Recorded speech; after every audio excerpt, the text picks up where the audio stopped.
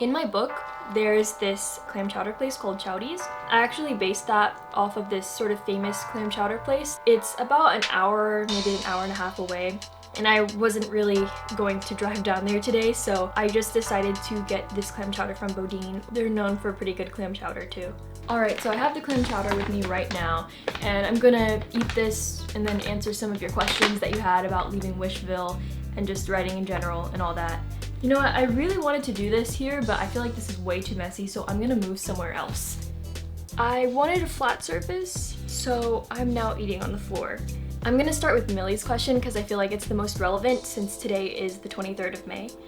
Why did you choose May 23rd as the special day in the book? Was there any particular reason, or did you just throw a dart at the calendar? So I knew that the story needed to take place toward the end of Benji's 8th grade year, and the end of the year would be around May. The number 23 isn't super significant or anything like that, it was just what it ended up being and what worked for the plot.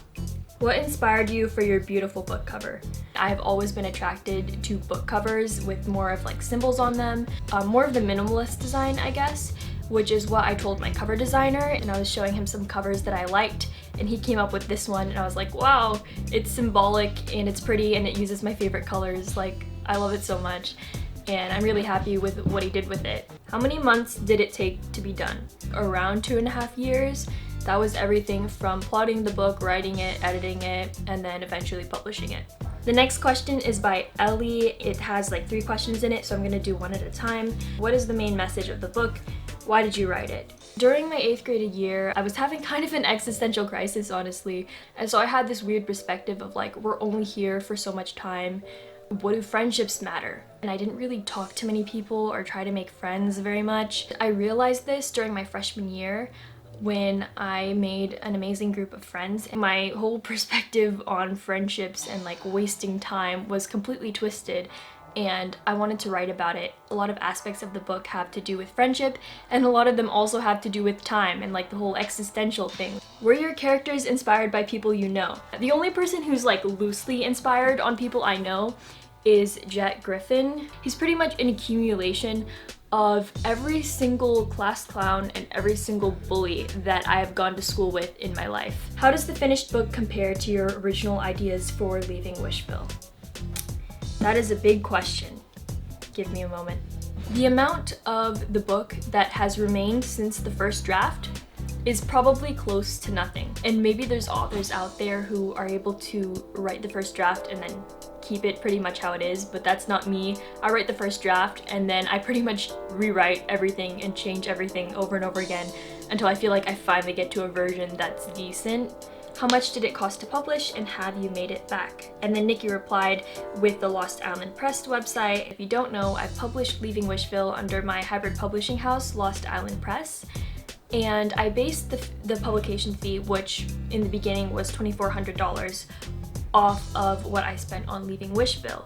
But I realized recently that a lot of that money that I spent on Leaving Wishville was unnecessary or didn't really have to do with the book itself. It was definitely a good learning experience for me. I don't regret it, but I do know for the future that I can publish much more affordably, and I'm hoping that I can help other people publish affordably as well. Tell me about the process of James morphing into a koi fish. So if you haven't read the book, then you don't know about how James morphs into a koi fish and then he jumps into the ocean and gets eaten by a shark. Just kidding, that doesn't happen. But his last name is Koi. In all seriousness, I just thought the last name Koi sounded really cool. I'm not much of a planner. I enjoy writing as I go, I guess, but normally I have the whole thing in my mind and I'm just reluctant to write a plan out. Even if I did write a plan out, I know I won't use it. So how do you suggest I get my thoughts organized? Sorry if the question doesn't make sense. I don't really know how to ask it. You asked it perfectly because I completely get what you mean, because I'm the exact same way. I really enjoy writing as I go as well. And I think a lot of like writer YouTubers really promote all of these like structured templates and plot things and all that. But if that doesn't work for you, then you don't need to write that way. I have a really hard time structuring a plot, so I just wanted to know about the process of creating a solid plot. How did you start? You are amazing. First of all, thank you. But second of all, I can't plot either. I'm really bad at structuring plots as well. What I do, and it's probably not the most efficient method, but it works for me, I figure out what happens in the beginning, I figure out how it ends. In fact, that's a lot more important than like the beginning. And I think of one important thing that happens in the middle. Did you ever disagree with any of your beta readers? Yes, I definitely disagreed with some feedback from my beta readers, and my beta readers also disagreed with each other. For example, someone said that a certain scene was their favorite scene, and another person said that they hated it and that it was unnecessary to the story, which are two completely opposite reactions. And it puts me in a weird situation because I don't know whether I cut the scene or I keep it. It's impossible to please all of your beta readers. They're gonna have conflicting opinions because they all have different styles, and those are gonna clash with each other. They're gonna clash with you. It all comes down to you and your opinion and what you think is gonna be best for the story. What part of the book are you most proud of? I really like some of the chapters towards the middle of the story, I think. Especially chapter 18, which is monochrome. It's pretty short, but I was really excited about that one when I first wrote that scene. What motivates you to write even when you're not in the mood or place? Did you handwrite any of the book? Thank you so much. I'm also writing a book as a teen, so you're an inspiration. Thanks, Abby, and I really wish you the best of luck on your book. Normally what happens when I hit writer's block is I just try to write through it. Even if I don't feel like writing, I will just force myself to write, and a lot of times it works. But when it doesn't, I'll take a break for a while. I don't think you should be forcing yourself to write all the time, even if you don't feel like it, because then you might end up hating it. Did you handwrite any of the book? No, I didn't. I've done that in the past with writing, by writing in notebooks and stuff, but for me, it's just way too slow. Was there a part in the book that you felt you would never get done? Yes, the middle of the story. Nothing important happened. It was just really boring, to be honest. How are you so productive and wrote the whole book? Because even if I start a book, I just procrastinate and never finish it. By the way, my name is Suman from India. So hi Suman, I hope I'm pronouncing your name right. The main issue is probably that you're spending too much time overthinking your current plot. So my advice is to try to write your story as fast as possible. You could try NaNoWriMo. If that doesn't work for you, maybe do it in 3 months. You could do it faster than a month, however you want. Just try to get the story out onto the paper, even if it sucks, and don't spend time editing previous parts of your book as you go. That's all for the questions. Thank you for asking these questions. I guess I'm going to draw a koi fish because I don't really know what to do. I'm going to attempt to draw the koi fish from Avatar: The Last Airbender. I'm using this reference here that was like a screenshot from Avatar, I'm pretty sure. Hi guys, this is Mel editing the video. I've received quite a few new questions after I filmed on May 23rd, so I thought I'd just answer them now while I play this footage of me attempting to draw these koi fish. Is your book self-published or published by a publishing company, and how does the publishing process work? Sorry that it sounds like a tongue twister, and you're also my inspiration in writing my book. Thank you, that really means a lot to me, and good luck with your book. I self-published Leaving Wishville under my own hybrid publishing house called Lost Island Press, and it sounds complicated, but pretty much I went through all the steps that a normal self-publisher would have to go through. As for the publication process, sorry, I really would like to go more in depth, but there's just so many steps involved that would have to be a completely different video. What is the word count in your book? Leaving Wishville has exactly 64,110 words. What inspired Leaving Wishville? Also, what was your editing process, and what was your writing routine to finish the book? Someone else asked about my editing process, so I'm just going to answer that one later. As for what inspired Leaving Wishville, I don't particularly have one thing for the story, but I would say that the setting, which is the town of Wishville, was greatly inspired by some nearby towns where I live in Northern California.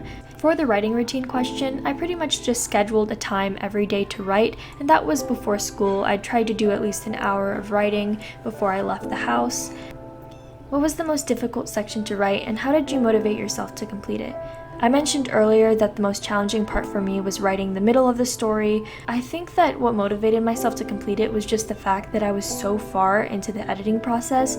I had spent so many hours on the story that I just wouldn't let myself back out no matter what. What do you do if you suck at writing but want to write a book? Also, how did you go about marketing your book? honestly, you will always be your worst critic.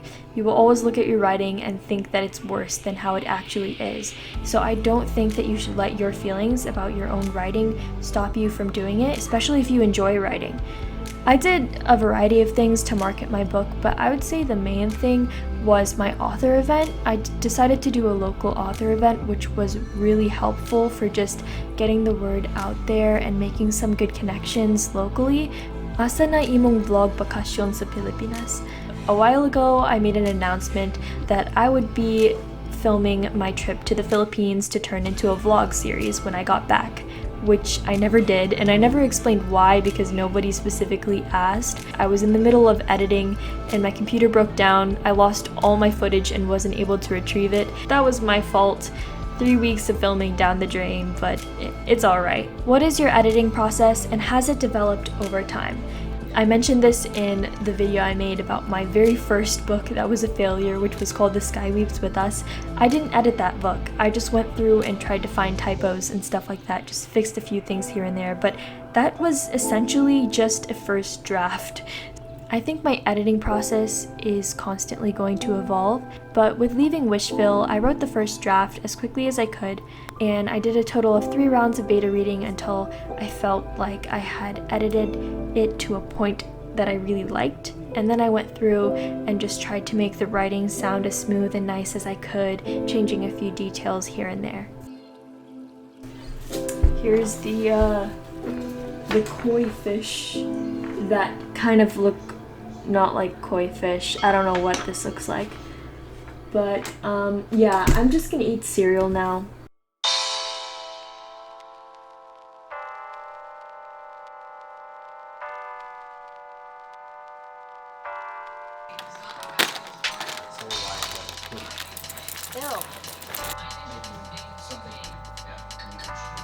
I'm a little confused because I was expecting it to be like fully chocolate, but I guess that's why they call it Frosted Flakes. Are the plain ones not fully covered either? I'm more the, what's it called, Rice Krispies cereal person, and the occasional Honey Bunches of Oats. And the milk in this one is already turning brown, but for Benji, that is really, really sweet. Anyways, thanks for watching this video.